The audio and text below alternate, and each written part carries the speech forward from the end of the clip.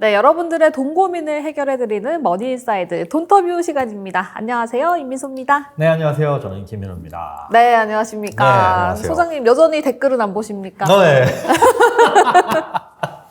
왜냐면 댓글에 이제 소장님께서 계속 댓글 안 본다고 하니까 어떤 분께서 네. 소장님께 꼭 전해달라고 아, 하신 진짜요? 말씀이 있어서 전화라고까지?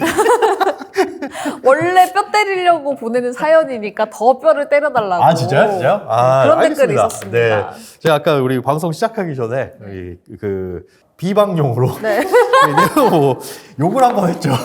미리 이거를 싹 보시더니 뭐 났네. 근데 뭐 보겠습니다. 오늘 그러면 뼈를 발골 수준으로. 오늘도 제가 충분히 저는 이제 시청자 아니죠 이 사연자분을 네. 잘 대변을 해보도록 하겠습니다. 아, 그래서 제 욕도 좀 올라오더라고요. 왜요? 나 데리고 나는 사람 힘들겠다고. 제 소비 습관부터 고쳐야 될 것 같다고. 아이고.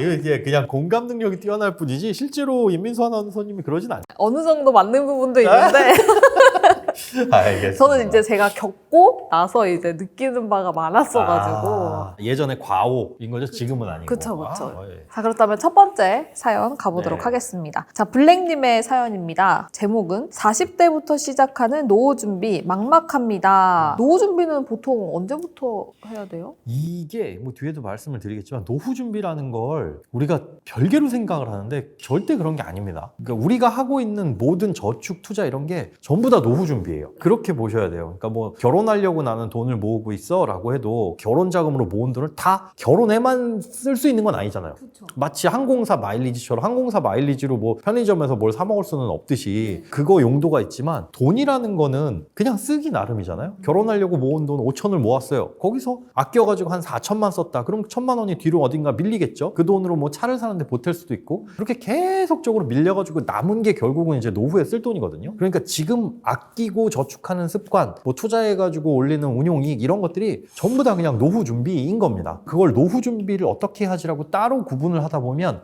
이게 이상한 쪽으로 가요. 이분도 아마 이상한 쪽으로 갔을 것 같은 생각이 드는데 보겠습니다. 일단은 보도록 하죠. 네.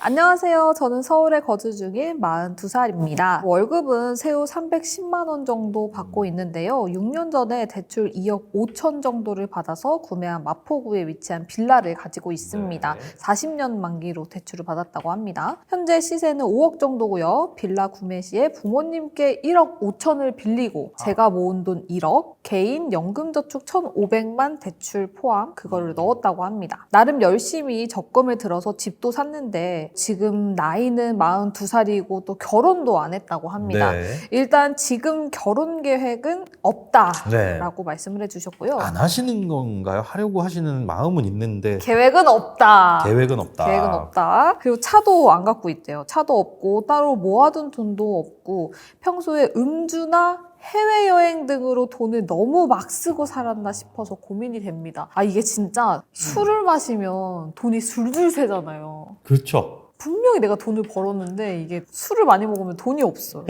너무 공감해요.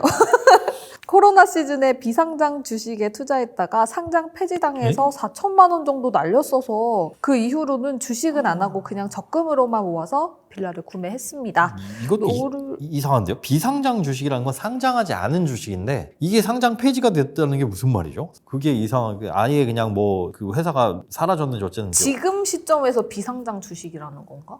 글쎄요. 어쨌든 그러니까 상장 폐지를 당했다는 건 근데 이상한 주식에 투자를 아니면- 해가지고 4천만 원을 날렸다라는 거잖아요, 결국은. 아니면 IPO 예정이라고 해서 거기에 돈을 넣었는데 결국에는 상장시키지 못했을 그런 수도. 느낌일까요? 그래도 4천만 원 날릴 수가 있나? 어쨌든 일반적으로 우리가 상장되어 있는 어떤 주식, 제대로 된 주식, 상장 폐지될 정도의 주식이라고 한다면은 그 전부터 위태위태한 거였죠. 그런 주식이 아니라 좀 위험한 종목에 투자를 해서 돈을 날렸는데 그 이후로는 주식을 안 한다. 잘못 투자해서 아주 안 좋은 맛을 봤는데 그것 때문에 안 한다. 그러니까 어디 가가지고 상한 회를 먹었어. 그 다음부터는 아, 회는 나하고 안 맞아. 그래가지고 회를 안 먹을 건 아니잖아요. 그렇죠.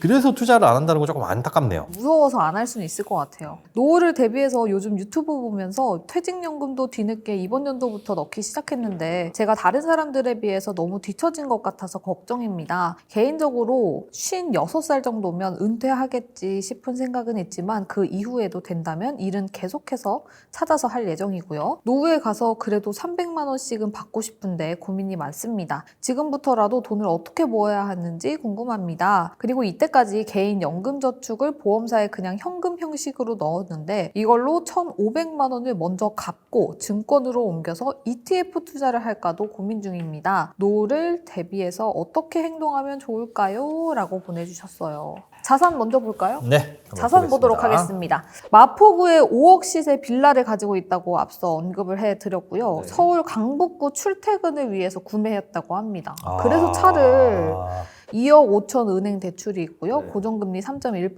40년 만기라고 합니다. 또 부모님께 아까 1억 5천을 빌렸다라고 말씀을 해주셨고요. 차용증을 작성했대요. 매달 이자로 20만 원을 드리는 중이고요. 1,500만 원 개인연금저축 주택담보대출 주담대이자 매달 4만 5천 원 나가고 있다고 합니다. 부모님께 빌린 돈에 대해서는 개인연금과 퇴직연금이 매년 900만 원으로 투자 설정되면 내년부터 조금씩 상환 계획이 있다고 하고요. 자, 비상금 통장에 300만 원 있다고 합니다. 보험사 개인 연금 저축이 28세부터 월 34만 원 납입을 했는데 누적 납입액이 2,516만 원, 해지 환급금은 2,700만 원 정도 생각하시면 좋을 것 같습니다. 여기 해지연금 끼는 게 세금을 떼군가요? 그건 아닌 것 같아요. 10% 네. 하면 그건 아니겠네요. 여기서 실제로 이걸 깼을 때 받게 되는 돈은 우리가 세액공제 받았을 때 받았던 혜택들 이거 다 토해내야 되거든요. 진짜요? 그럼요. 이걸 받는 게 아니에요, 그러면? 그렇죠. 이거는 아마 세금을 고려하지 않은 걸 거예요. 그러니까 우리가 세액공제 혜택을 받은 거는 연금으로만 받아야지 그게 유지가 되고 연금으로 받지 않는 연금 외의 형식으로 받게 되면 원리금의 16.5%를 떼야 됩니다. 그러니까 이게 아마 누적 해지환급금이 아니라 적립금액일 거라고 보이고 이 적립금에서 최소한 16.5%는 떼야 된다. 26살부터 납입했으니까 보험사에서 떼는 해지 수수료는 없을 거예요. 그런데 이 금액의 16.5%는 떼야 되니까 그거 얼마예요? 뭐 한 270이 10%고 한 400 정도 가까이 되겠네요. 그 정도를 돌려받으시겠네요. 그러니까 이건 못 쓰는 돈입니다. 그러니까 못 쓰는 돈에 지금 너무 많은 비중으로 돈이 들어가 있어요. 어차피 집도 못 쓰는 자산이죠. 그리고 노후가 걱정되니까 일단 노후 했을 때 이 부분이 문제입니다. 우리가 노후 준비를 이렇게 별도로 생각을 하다 보면 노후는 어떡하지? 그럼 노후에 받을 연금, 뭐 장기 상품 이러다가 이제 연금저축이나 보험사 연금을 생각하게 되는데 이러면 돈이 묶여버려요. 이 용도로밖에 못 씁니다. 얘는 지금 쓸 수가 없는 없죠. 돈이니까. 그러니 이걸 깨면은 엄청난 손해를 보고 연금으로만 받아야 되는데 돈이 필요하니까 이걸 담보로 또 대출을 받았잖아요. 그러니까 이런 문제가 생깁니다. 이게 연금저축이나 IRP에 납입해가지고 세액공제 받는 건 굉장히 그 혜택은 큰데 각오를 단단히 하셔야 돼요. 이건 무슨 혜택이 있는 거냐면 소득세를 잠깐 돌려주는 겁니다. 잠깐. 그러니까 우리가 월급을 받을 때 급여명세서에 소득세 이렇게 해가지고 나라에 매달 떼는 거 있죠. 딱딱딱딱딱 매달 떼가지고 착 모이는데 개인이 내야 될 세금은 개인마다 다 환경마다 다르거든요. 그래서 뭘 하냐? 먹여 살리는 식구가 몇 명이야? 의료비는 얼마 썼어? 교육비는 얼마 썼어? 쫙 해. 이걸 정산하는 절차가 연말정산이에요. 그렇게 해가지고 당신은 쓸 돈이 너무 많아가지고 써야 될 돈이 많아서 연봉이 1억이라고 하지만 1억에 대한 세금을 내야 될 게 아니라 3천만 원에 대한 세금을 내야 되네. 그러면 여지껏 1억에 대한 세금을 척척척 냈으니 냈던 거 돌려줄게요. 이게 연말정산 환급금이고 보니까 뭐 돈도 안 쓰고 사실은 연말정산 때 토해내는 사람이 진짜 돈을 안 쓴 겁니다. 돈도 안 쓰고 1억에 대한 세금 사실 1억에 대한 세금을 매기는 게 아니라 얼추 그 밑에 세금을 매기거든요. 당신은 번 돈 그대로 세금 내야 돼 해가지고 하는 게 토해내는 거라고 표현하는 건데 그 말인즉슨 자 여기에 그런데 연금저축을 가입하게 되면 납입한 금액의 16.5% 또는 13.2%를 돌려줘요. 이 또는이라고 하는 건 연봉이 5,500만 원 초과하면 13.2 그 이하면 16.5%를 돌려받아요. 이분 같은 경우는 5,500만 원 지금 세후 310이니까 세 전으로는 5,500은 초과하지 않을 것 같은데 이렇게 되면 16.5%의 소득세를 돌려받았잖아요. 근데 그거 돌려받고 끝나는 게 아니라 좋아. 지금 네가 돈을 열심히 잘 모아야 되니까 지금 당장에 너한테 세금 안 받을게. 그거 나중에 내. 그 나중에가 언제냐면 55세 이후에 그 돈, 네가 지금 납입한 돈과 우리가 세금으로 돌려줬던 그런 등등이 이자가 붙어가지고 막 불어날 거 아니에요. 그걸 네가 연금으로 받을 때 세금을 내. 얼마? 연금액의 5.5%. 근데 그 연금액이라는 건 내가 낸 돈 그리고 거기에 붙은 이자. 그러니까 원금과 이자에 대해서 세금을 내는 거예요. 그러니까 보통 우리 금융상품은 이자에 대해서만 세금을 내잖아요. 그렇죠, 네. 연금저축이라는 상품들은 원금과 이자를 합친 금액에 대해서 세금을 내는 겁니다. 아, 그래요? 네. 왜냐하면 지금 혜택 받았으니까. 네. 지금 소득세 돌려받았으니까 그걸 아예 감면해 주는 게 아니라 잠깐 제가 안 내고 버티는 겁니다. 버텨서 목적은 잘 굴리세요. 노후에 쓸 수 있게끔. 지금 안 뺏어갈 테니까 나중에 뗄 거예요. 그러는데 그 돈 다 어떻게 했어요? 연말정산 때 돌려받은 거. 썼죠. 그죠? 이미 썼죠. 그건 뭐냐면 나중에 내가 늙은 내가 내야 될 세금을 뺏어 와가지고 지금 써버린 거예요. 그러니까요. 예, 60대에 내가 알아서 하겠지. 이거 이 느낌이거든요. 카페인이네, 카페인. 그죠? 이게 그래서 연금저축이나 IRP를 가입하는 분들은 어떤 각오를 가져야 되냐면 연말정산 때 환급금을 돌려받으면 최소한 환급금 중에 연금저축과 IRP 납입해서 받은 돈 16.5%나 13.2% 그 돈은 다시 재투자해야 돼요. 아, 그래야 되겠네요. 네, 지금 써버리는 건 가입 안 하는 이만 못합니다. 그럼 여기 또 IRP 계좌에 500만 원 이번 달부터 내고 있다고 하시거든요. 그렇죠. 이것도 IRP 계좌에 연간 500을 갖다가 채우려고 하는 것 같아요. 그러니까 연금저축 플러스 IRP 총 1,800만 원까지 납입이 가능하고 그중에 IRP도 이렇게 개설하면 최대 900만 원까지 세액공제가 됩니다. 900만 원까지 세액공제가 된다는 건 900만 원에 16.5%를 돌려받을 수 있다는 거예요. 네. 그 900만 원 16.5%가 지금 소득세예요. 결국은 나중에 그것도 내야 토해야 된다는 그렇죠. 거잖아요. 나중에 내야 되는 세금이에요. 그러니까 그런 거였어? 한다면 가입해서는 안 되는 상품이고 심지어 난 그런 줄 몰랐는데 그럼 지금이라도 깨서 쓸까라고 한다면 어마어마하게 토해내야 되잖아요. 16.5%를 토해내야 되거든요. 그래서 16.5%를 토해내는 건 나는 납입할 때 원금에 대해서만 16.5%를 돌려받았어요. 그러니까 100만 원 내면 16만 5천 원 돌려받은 거죠. 깨게 됐을 때는 내가 납입한 100만 원에 붙은 이자 그러니까. 이 전체 금액에 대해서 16.5%를 그러니까요. 토해내야 되니까 얘는 연금으로 안 쓰면 무조건 더 많은 피해가 가게끔 만들어진 상품입니다. 그런데 그걸 잘 모르죠. 차라리 그 돈으로 뭐 투자를 대박이나 쓰면 되는 건데. 그렇죠. 그러면 깔끔하게 그냥 세금 똑 떼고 마는 건데 얘는 연금으로 안 쓰면 안 되기 때문에 연금이라는 족쇄가 딱 채워져요. 그러니까 돈에 꼬리표가 생겨버리는 거예요. 네. 아까 마일리지 편의점에서 못 쓰는 것처럼 야, 월급 뭘로 줄까? 마일리지로 줄까? 현금으로 줄까? 그러는데 뭐 똑같이 300이에요? 그러면 300 마일리지로 주세요. 이래버린 거나 마찬가지예요. 그러니까. 사용처가 제한이 된다는 거죠. 어떡해요? 이게 지금부터라도 납입을 안 하거나 세액공제를 받으시면 안 돼요. 그럼 연금저축 같은 걸 지금 이제 고민하는 분들이 있을 것 같은데 네, 네. 안 하는 게 아니요. 저는 그 각오를 한다면 납입하는 그 금액을 나는 연말정산 때 환급 받아서 그걸 다시 재투자할 거야. 그러면 그게 진짜 베스트예요. 더 왜냐하면 불리고 굴릴 그렇죠. 자신이 있으면 맞아요. 세금을 지금 당장. 받아가지고 넣었는데 넣었으니까 그거에 대해서 다시 환급을 또 받을 거고 그러니까 100이란 돈을 넣었는데 16만 5천 원 돌려받았어. 이 16만 5천 원 넣으면 16만 5천 원 또 16.5%가 세액공제 환급이 되잖아요. 그 다음 연도에. 그리고 여기엔 또 이자가 붙을 거고 이런 식으로 세금으로 복리 효과를 낸다. 플러스 나는 이 돈 안 쓰고 계속적으로 불릴 거야. 이런 각오가 있고 이런 계획이 있다면 이건 해도 돼요. 그런데 그게 아니라 그냥 연말정산에 달콤하게 보너스 받아서 어디 해외여행이나 갈까? 요딴 생각하고 있으면 안 하는 이만 못하다. 근데 이분은 평소 음주나 해외여행을 많이 했다고 하시니까 안 되죠. 그러니까 이거를 지금 그러면 납입을 했을 때 그럼 어떻게 해야 되냐? 세액공제를 안 받는 게 좋아요. 네. 지금 혜택을 안 받으면 나중에 가서 페널티도 없습니다. 지금 당장 좋다고 좋은 게 아니에요. 아니죠. 그러니까 이거를 설명을 안 해줘서 그래. 금융사 직원들도 세액공제 혜택만 설명해 주지 나중에 그럼 이걸 받을 때 어떤 제약이 있느냐 이건 설명을 안 해줘요. 근데 그런 제약이 있고 심지어 그 돈도 연금으로만 받으면 장땡이 아니라 연금 수령 한도라는 게 정해져 있어요. 그러니까 10년에 걸쳐서 나눠 받아야 되기 때문에 55세가 됐을 때 쌓인 돈이 얼마야? 나누기 10 해가지고 그거의 120%. 이게 연간 연금 수령 한도거든요. 이걸 초과해서 쓰면 그거 연금 아니야. 세금 많이 내. 이렇게 돼버리고 심지어 이 금액이 연금 수령 한도하고는 별개로 연간 1,500만 원을 초과하면 그것도 16.5% 과세를 해요. 그래요? 혹은 종합과세를 하거나. 네. 많이 쌓여도 골치 아파요. 그러니까 엄청나게 제약이 달라붙기 때문에 얘는 아예 가입을 안 하거나 가입을 하더라도 세액공제를 받지 않고 굴리는 게 좋습니다. 이건 왜 그러냐 하면 세액공제 받지 않고 굴리는 이유는 일반적으로 우리가 해외 S&P 500 ETF 샀어요. 우리나라 국내에서. 그러다가 막 1억 투자를 했는데 장기 투자해가지고 나중에 노후 때 가니까 이게 막 3억이 됐어. 그럼 이익이 2억이잖아요. 얘를 깨서 쓰면 팔아서 쓰게 되면 이 2억에 대해서 배당소득세 15.4%만 붙는 게 아니라 연간 2천을 초과하게 되면 금융소득 종합과세 세율이 확 올라가고 연간 1,000만 원을 초과하면 건보료가 확 올라갑니다. 그러니까 장기 투자할 때 그런 것들은 세금이 붙는 금융상품은 되게 아주 불편해요, 쓰기가. 그런 거 어디에 넣냐? IRP나 연금저축 계좌에 넣으면 얘는 분리과세 하거든요. 얘만 딱 따로 떼서 와요. 근데 세액공제를 받지 않으면 원금에 대해서는 그냥 다 마음대로 인출, 비과세로. 그러니까 1억을 넣어서 3억이 됐다. 운용이익은 2억, 원금은 1억이에요. 그러면 이 1억은 내가 마음대로 꺼내서도 아무런 페널티가 없어요. 내 돈이니까 혜택도 안 받았으니까. 이 2억에 대해서는 그냥 단일 16.5%로만 과세를 해요. 아무리 높아져도 네. 건보료도 영향 안 미치고. 그러니까 차라리 돈을 뭔가 세금이 있는 금융상품에 투자를 할 거라면 연금저축이나 IRP 계좌를 만들어서 그 안에서 투자를 하되 세액공제를 받지 않는 게 말고. 나중에 훨씬 더 유연하다. 그때 가서 깨게 되더라도 뭐 페널티 같은 게 없잖아요. 그렇죠. 이자에 대해서만, 수익에 대해서만 16.5% 내면 되는 거고. 네. 물론 이 일반 배당소득세보다는 1%포인트 정도 조금 높기는 하나 금융소득 종합과세 대상도 아니니까 네. 오히려 장기 투자할수록 훨씬 더 유리한 거죠. 그렇죠. 그러니까 노후 준비를 위한 계좌이긴, 장기 투자를 위한 계좌이기는 적합하기는 한데 세액공제를 받으면 아주 불편해지고. 안 그래서 받는 게 차라리 마음 저는 편하다. 그래서 돈 많으신 분들은 안 받아요. 안 받아서 활용해요.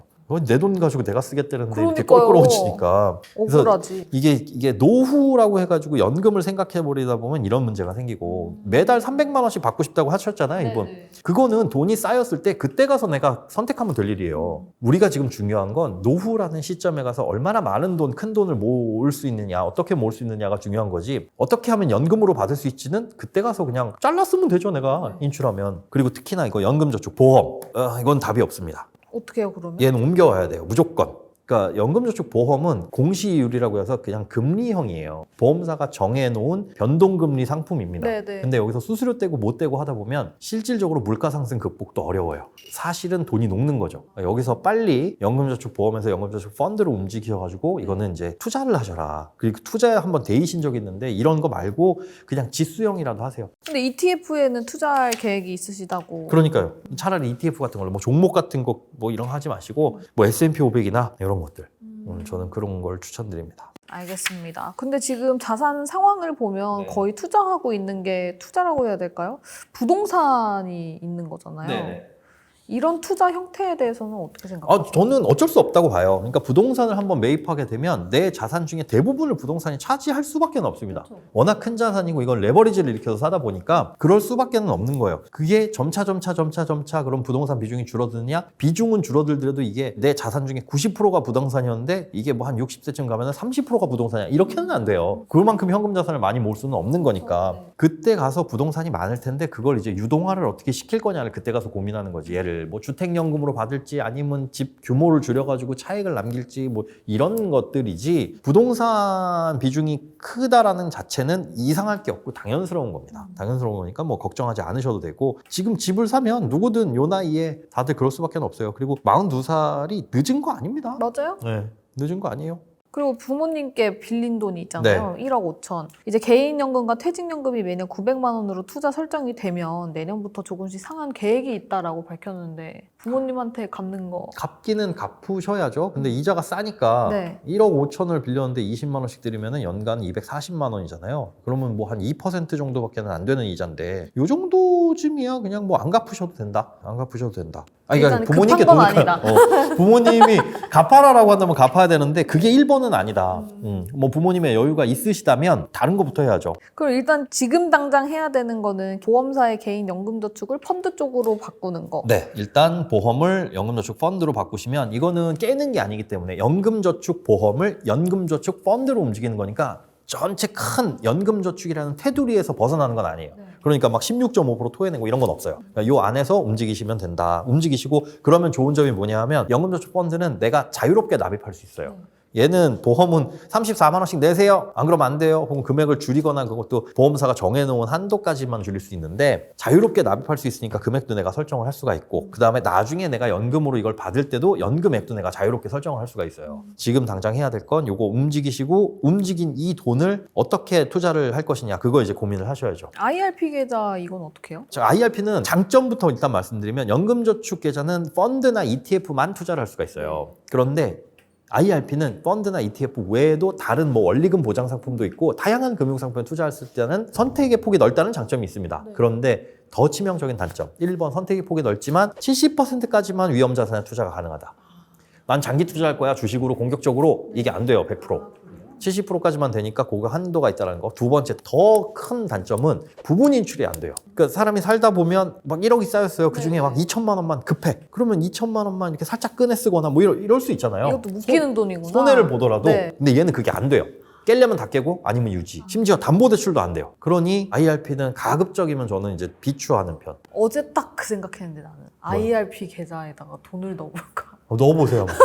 그럼 넣는 순간 얘는 자물쇠가 딱 하지 말아야겠다. 안 네. 되겠다. 하면 안 되겠다. 55세가 되면 IRP에서 연금저축으로 움직일 수 있는 그때는 그게 가능한데 55세 되기 전까지는 IRP라는 완전 금고에 그냥 너무 묶여있는데. 네, 확 묶여있게 돼요. 물가 상승률도 어마어마한데. 그러니까 이 안에서 뭐 잘 투자하면 모를까, 나는 뭐 세액공제 안 받았으니까 언제라도 깰 수 있어 라고 한다면 모를까, 이걸 넣어가지고 세액공제 받는다? 그러면 보세요, IRP에 총 세액공제 받을 수 있는 한도가 900이잖아요. 네. 그런데 이걸 초과해서 만약에 뭐 1200 막 이렇게 넣었다면 900만 원 외에 세액공제 받지 않은 돈까지 같이 묶여버리게 되는 겁니다. 그러니까 IRP는 가급적이면 연금저축 먼저 채워놓고 난 그걸로도 부족해 하면 그때 하시는 걸로. 알겠습니다. 네. 자, 그렇다면 블랙님의 월 고정지출 상세 내역도 살펴보도록 하겠습니다. 일단 세후 월 소득이 310만 원이라고 말씀을 해주셨고요. 주거비에 약 110만 원이 들어가고 있다고 합니다. 은행 대출 달에 90만 원, 원금 그리고 이자 상환 중에 있다고 하고요. 개인 연금저축 주담대 달에 4만 5천 원, 그리고 관리비가 14만 7천 원이라고 합니다. 여기에 뭐 수도세, 전기세, 도시가스비 들어가 있다고 합니다. 식비는 50에서 60만 원, 배달 음식도 먹고 장도 봐서 요리를 해먹고 있습니다 라고 말씀해 주셨고요.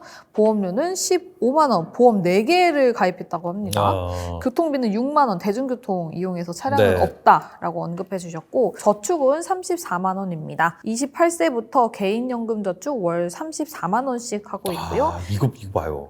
28살이면 지금 몇 년 된 거예요? 28, 30년. 42살이니까 14년. 14년 동안 돈을 부었는데 2,500 넣어가지고 2,700이 됐어요. 이게 근데 저 또 해지하고 다 떼면 2,300만 원이라면서요. 그러니까 더 불어나가지고 세금 뗀 게 저건가? 그러면 조금 납득은 갈 텐데. 뗀 거면 네. 그래도 그렇다고 해도 뗐다. 한 500 정도 세금을 냈다고 해도 3,200 정도 낸다고 하더라도, 그러면 14년 동안 부었는데 14년 전의 물가와 지금의 물가를 생각하면 너무 안 아깝긴 되죠. 하다. 예. 이번 이거는 년에 IRP 계좌 터서 또 500만 원. 예, S&P S&P 500에 넣어둔 상태. 그러니까 IRP에서 할 수 있는 S&P도 ETF를 해외 시장에 상장되어 있는 걸 직접 살 수는 없어요. IRP에서 할 수 있는 거나 연금저축 계좌에서 할 수 있는 건 똑같거든요. 굳이 IRP를 터서 하실 필요는 없습니다. 그리고 이번 연도에 IRP 계좌를 텄으니까 아직 네. 세액공제 안 받았잖아요. 그쵸. 이건 지금 깨더라도 페널티 없어요. 그럼 네. 지금 당장 깨요? 차라리 당장 깨고 그 돈 이제 연금저축 펀드 계좌 개설하셔가지고 거기에서 S&P 500 ETF 넣으시는 게 낫습니다. 알겠습니다. 그 다음에는 통신비 10만 원, 인터넷, TV 요금 그리고 휴대폰 요금도 4만 6천 원 나가고 있다고 합니다. 네. 또 고정비로는 70만 원 나가고 있는데요. 각종 경조사비 및 지인과의 음주감으로 한 달에 40만 원씩을 씁니다. 가무도 하세요? 식비가 5, 60만 원인데 음주감으로 40만 원이 들어가네요. 그러니까. 부모님 용돈 매달 10만 원 플러스 이자 비용 20만 원, 이래서 고정비가 총 70만 원 나간다라고 이야기를 해주셨는데 얼마인지 다 쓰네요. 월급 받아서? 그러네요. 거의 그냥 꽉 채워서 쓰시네요. 고정비를 좀 줄이셔야 될 것 같아요. 아니 그럼 이게 뭐예요? 식비는 식비 있는 대로 쓰고 고정비 그러니까요. 음주감으로 한 달에 40만 원씩 쓴다면은 배짱이. 저축도 선을 봐야 되고 고정비도 네. 그러니까 줄이셔야 이게 되고. 이런 분들 특징이 있어요. 내가 저축을 하지 않는데 그래도 불안하거든요. 노후에 대해서. 불안하니까 노후 관련된 상품 하나 뭐 딱 가입해놓고 거기서 약간 마음의 안식을 찾는 거죠. 그래서 제가 어제 IRP 계좌를 생각한 거예요. 그래 이거라도 하고 있으니라고 어떤 그 마음에 여기 한켠에 안식처를 두기 위해서. 그 위안을 삼거든요. 근데 그게 그 선택 자체도 되게 안 좋은. 첫 번째로는 어차피 주거비 나가는 거니까 어쩔 수 없습니다. 네. 본인 200만 원 버는 사람이라고 생각하고 여기서 가계부 새로 짜야 돼요. 200만 원 번다 생각하고. 그쵸. 주거비 이거 못 줄이잖아요. 네. 은행 대출이나 뭐 이런 거. 그러면 저축을 한 달에 얼마 정도 한다고 생각해야 되는 거예요, 지금? 지금 이분 갖고 있는 근데 자산이요. 집 말고는 사실 아무것도 없어요. 보험사 연금저축 가입하신 것도 여기 담보대출 받았잖아요. 1,000만 원 있어요. 1,000만 원. 순자산이 부동산 빼면 1,000만 원입니다. 근데 물론 이제 부동산도 내 자산에 포함시키기는 하지만 이거 지금 쓸 수 있는 것도 아니고 쓸 것도 아니잖아요. 심지어 약간 좀 마음에 걸리는 게 빌라를 사신 거. 그러니까요. 재개발 이슈가 있는 지역의 빌라라고 한다면 혼자 사시니까 그냥 오래 사시면서 재개발 될 때까지 기대해 볼 수 있어요. 네. 마포구 어디에? 강북구구나. 아니지. 마포구에 서울 강북구 출퇴근을 잠깐만. 위해서 마포구에 잠깐만요. 강북구의 출퇴근을 위해서 마포구에서 강북구로 가시는 거예요? 지방에 계시는 분인데 그냥 서울에 그런 있는 건가? 어떤 빌라를 사려고 마음을 먹으셔서 수원에서 강북보다는 마포에서 그쵸, 강북이 그쵸. 가까우니까 이런 느낌이에요? 네, 그런 것 같은데요. 아니면 이렇게 하나 뭐 5호선 하나 이런 식으로. 그러지 않았을까요? 교통이 편리해서. 그치. 네. 지금 교통비 6만 원 든다고 보니까 요 빌라도 선생님 이거 언제 사신 거죠? 6년 전에 사셨는데 이게 시세라는 것도 조금 그래요. 시세 5억 빌라라고 하셨는데 빌라라는 건 시세가 없습니다. 시세가 없다고 봐야 돼요. 이거는 이게 우리 앞집 똑같은 면적의 빌라야. 저게 5억에 팔렸어 해도 우리 집도 5억에 팔 일이란 보장은 없잖아요. 빌라는 또 아파트랑 완전 또 완전 다르지. 다른가요? 예, 시세는 그냥 아파트는 나는 101동 1001호에 살아. 옆동 201동 1002호가 5억에 팔렸으면 우리 집도 5억이라고 그냥 시세가 그겁니다. 그런데 빌라는 지어진 날짜 다르고 생긴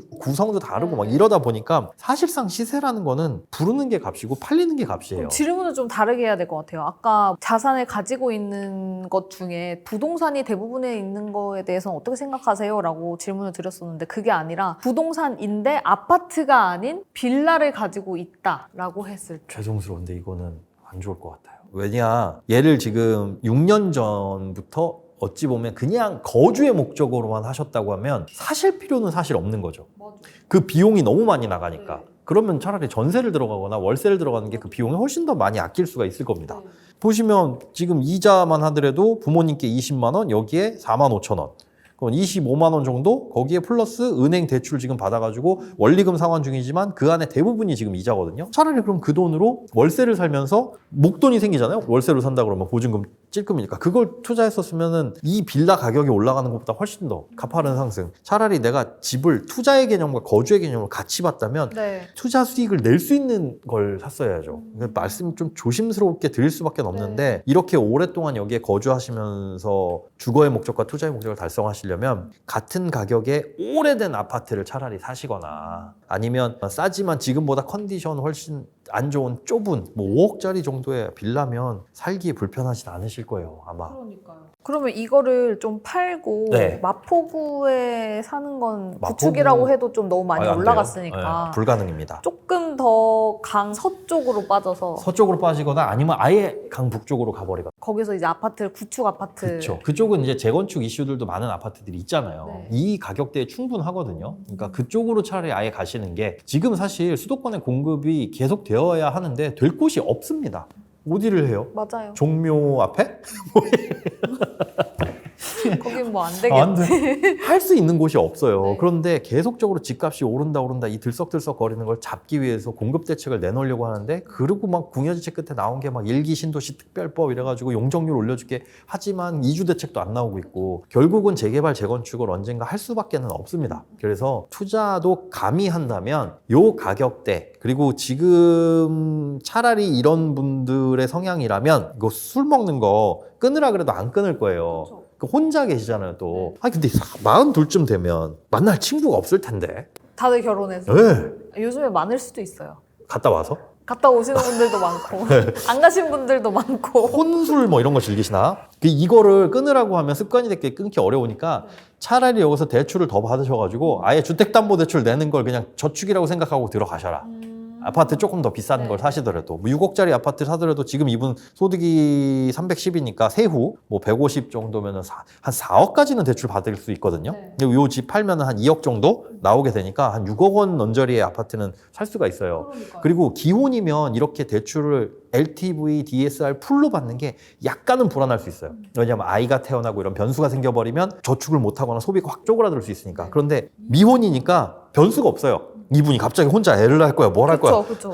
크게 목돈 들어갈 상황이 없어요. 거의 많이 없죠. 없으니까 이렇게 대출을 거의 이제 가득 채워도 사실 크게 상관없습니다. 그래서 차라리 저축을 할 자신이 없다면 그리고 노후가 불안하다면 투자 가치가 있는 아파트를 사가지고 그냥 끝까지 끌고 가셔라. 그렇게 해서 그게 가격이 오르면 오른 대로 좋은 거고 혹은 나중에 주택연금이나 이런 거 신청을 하시게 되면 시세 6억짜리 아파트 22, 60, 한 달에 120만 원 정도는 나와요.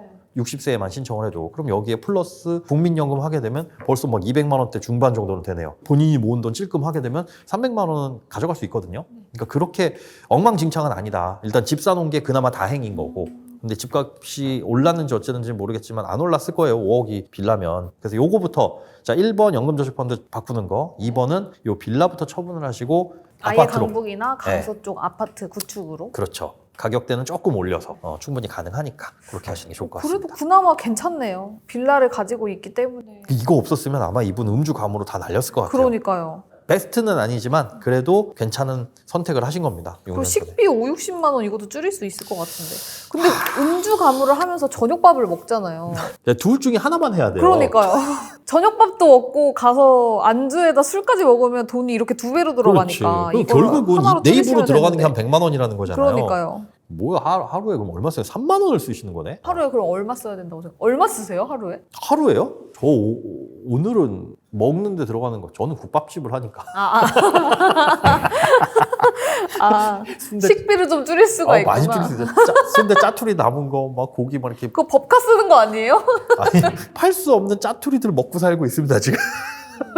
근데 요즘에 소비 패턴이 그렇다고 하잖아요. 평일에는 빵원 쓰기, 영원 쓰기 이러고 주말에 오마카세, 주말에 레스토랑, 파인 다이닝 이게 무슨 그런 소비 패턴 어떻게 생각하세요? 근데 5일치 돈 다 쓸 거 쓰고 주말에도 쓰는 것보다는 그거보다는 나은데 저는 근데 이렇게 비싼 소비 있잖아요. 오마카세 같은 거 네. 단순히 그 소비가 과소비라서 경계하는 게 아니라 그런 거 한번 맛을 보면 일상이 좀 불행해져요. 그냥 입이 고급져져가지고 그걸 느꼈기 때문에 저는 평상시에 마트에서 파는 초밥 있잖아요. 네. 차가워가지고 밥도 땡땡 묻히고 밥의 모양도 그냥 어디서 공장에서 찍어낸 거 거기에 이제 틀에 맞춰 있죠. 삐쩍 마른 새우 떡 올라가 네, 있는 네. 거 그거 밤 10시 지나면 할인 막 30% 50% 너무 해가지고 좋아. 그것도 정말 맛있었거든요. 네. 그런데 웬걸 예전에 저기 유명한 스시코우지라고 네, 코우지 네. 대표님 코우지를 가셨어요? 거길 부자네. 제가 제 돈으로 갔겠어요. 수분이 미쳤어요. 부자 아니에요? 미쳤어요. 그거를 이제 초대를 해주셔가지고 가서 네. 이제 얻어 먹었는데 네. 그걸 먹은 뒤로는 밑에 걸 못 먹겠어요? 못 먹지는 않아요. 먹으면서 그게 생각이 나는 거예요. 눈높이가 올라가 버리면. 그러니까 그리고 소비가 이게 문제라니까. 우리 어렸을 때 피카츄 돈가스도 맛있었잖아요. 응, 응. 물론 저는 피카츄 돈가스 세대는 아니었지만 그래도 그거 먹으면 맛있어요. 근데 이제 돈이 아무리 많다고 해도 그 학교 앞에 가가지고 피카츄 돈가스 사 먹겠어요? 한 번쯤의 추억의 맛. 추억이지. 네. 그게 야 이제 돈 많으니까 나는 피카츄 돈가스 얼마든지 먹을 거야. 이건 아니거든요. 그러니까 소비의 눈높이, 그 눈높이가 올라가는 걸 우리가 좀 경계해야 된다. 한 번쯤은 경험해 볼 수 있고 그게 만약에 나는 돈을 진짜 열심히 모으고 열심히 불릴 거야 하는 동기부여가 된다면 모를까. 그래 저걸 먹기 위해서 평일에는 돈을 안 쓰고 과거의 저를 보는 것 같네요. 그러시면 안 돼. 과거죠? 네, 과거. 과거예요, 과거. 네. 근데 이분은 또 이제 고민이 하나가 예전에 주식으로 돈을 몇 천만 원을 날렸기 때문에 다시 주식을 접근하기가 굉장히 힘드실 것 같아요. 주식 종목 투자하지 마세요. ETF 하세요. 그러니까 과거에 본인의 과오가 뭐냐가 딱 드러나는 뭘 잘못했지라고 했을 때 그냥 종목을 엉뚱한 걸 산 거잖아. 상장 폐지할 정도의 종목을 샀다라는 건 공부를 안 하고 사셨을 거예요. 아니면 굉장히 고수익을 노렸거나. 그랬을 수 있겠다. 특히나 이제 상패가 되는 건 상패가 결정되고 나서 정리매매 기간에 상한가 한가 없이 막 널뛸 때 그럴 때 산 건 아니겠죠 설마. 그럴 수도 있을 것 같은데. 그러니까 그리고 코로나 시즌이라는 게 그때 막 한참 주식도 난리가 났었잖아요. 그럴 때였죠. 그러니까 이런 거라면 내가 종목 투자 이것도 몰빵한 거죠. 그러니까 상장 폐지 당해서 4천만 원을 날렸다라는 건 한 종목에 넣었으니까 이만큼을 날린 건데 그러지 마시고 그냥 내가 투자에 대해서 어떤 거를 종목을 고르는 게 자신 없다면 그냥 지수 투자하세요. ETF라든가 뭐 S&P 500 뭐 통해 가지고 하시거나 그렇게 하시면 되고 아직도 확신이 없으시면 분할 매수 따박따박 그냥 적립식으로 우리 매수하는 거 있잖아요. 한 달에 뭐 10만 원, 20만 원씩 그렇게 해가지고 진짜 한 5년 정도만 모으면 당장에 지금이 주가가 높고 낮고는 판단할 이유가 없습니다. 네. 그럼 연금저축 펀드로 갈아타는 게 좋을 것 같다라고 얘기를 해주셨잖아요. 네. 그러면 그 상품에 대해서는 제가 고르는 게 아니라 고르는 거예요. 제가 고르는 거예요? 네. 여기 2,700만 원이 이렇게 옮겨오잖아요. 네. 2,700만 원일지 아니면 이게 새해 후면은 뭐 더 되는 돈이 옮겨오면 그 옮겨온 돈을 나눠가지고 넣을 수 있습니다. 3천만 원이라고 한다면 3천만 원을 1,000만 원은 뭐 S&P 500 사고 1,000만 원은 뭐 중국 뭐를 사고 근데 그것도 이런 나름 식으로. 공부를 좀 하고 넣어야겠네요, 그러면? 그렇기는 한데 딱히 지수 투자하는데 무슨 공부가 필요해요. 그냥 안정형에다가 투자를 하는 거고. 안정형이라고 봐야 될까요? S&P 500이 그냥 미래 성장성을 기대하고 가는 거니까. 근데 만약에 지금 많이 올라서 겁난다 뭐 이렇게 한다면 3천만 원 한 번에 넣지 말고 한 10개로 쪼개가지고. 그것도 분할이 돼요? 그럼요. 넣어놓은 상태에서 그냥 우리 주식 계좌랑 똑같아요. 네, 그 안에서 하는 거랑 똑같아요. 300만 원 이번 주 매주 월요일 되면 300만 원씩 300만 원씩 이러면 거의 뭐 1년 반 정도 지나겠네요. 그럼 뭐 분할해가지고 매수될 테니까 뭐 길게 10년 20년 보면 그것마저도 사실 의미는 없기는 하지만 그렇게 해서 투자를 해보시는 게 좋을 것 같습니다. 알겠습니다. 자, 그렇다면 오늘 소장님의 진단은 연금저축하는 거를 이제 펀드적으로 갈아타봐라 그쵸. 이렇게 말씀을 해주셨고 IRP 계좌도 이번 달 올해 들어갔기 때문에 이건 깨는 거에 대해서는 전혀 페널티가 없을 것 같다. 이 부분 언급을 해주셨고요. 네. 또 마포구에 5억 시세 빌라가 있다라고 이야기를 해주셨는데 이거는 뭐 강서 쪽이나 강북 쪽의 아파트. 재건축이 기대되는 아파트들, 그러니까 그 말인즉슨 좀 오래된 아파트겠죠. 물론 여기도 재개발 기대하고 들어가셨다면은 그건 뭐 장기 보유할 만한 의미가 있겠지만 그게 아니고 그냥 출퇴근 5호선 라인에 딱 이거라면 그거는 조금 재고를 하실 필요가 있습니다. 알겠습니다. 그리고 세후 310만 원 뭐 이런 거 생각하지 말고 내 월급은 200만 원이다라고 생각을 하고 저축을 해보는 게 좋을 것 같다라고 이야기를 해주셨으니까요. 이 부분 참고해보시면서 자산 운용하시면 좋을 것 같습니다. 네. 자, 오늘도 블랙님의 사연으로 이야기를 나눠봤습니다. 저희는 더 많은 사연들을 보고 거기서 이 부분은 이걸 고치면 정말 좋을 것 같다라고 소장님이 이야기를 해주시는 부분이 있으니까요. 사연 많이 보내주시면 저희가 다시 또 찾아뵙도록 하겠습니다. 시청해주신 여러분 고맙습니다. 고맙습니다.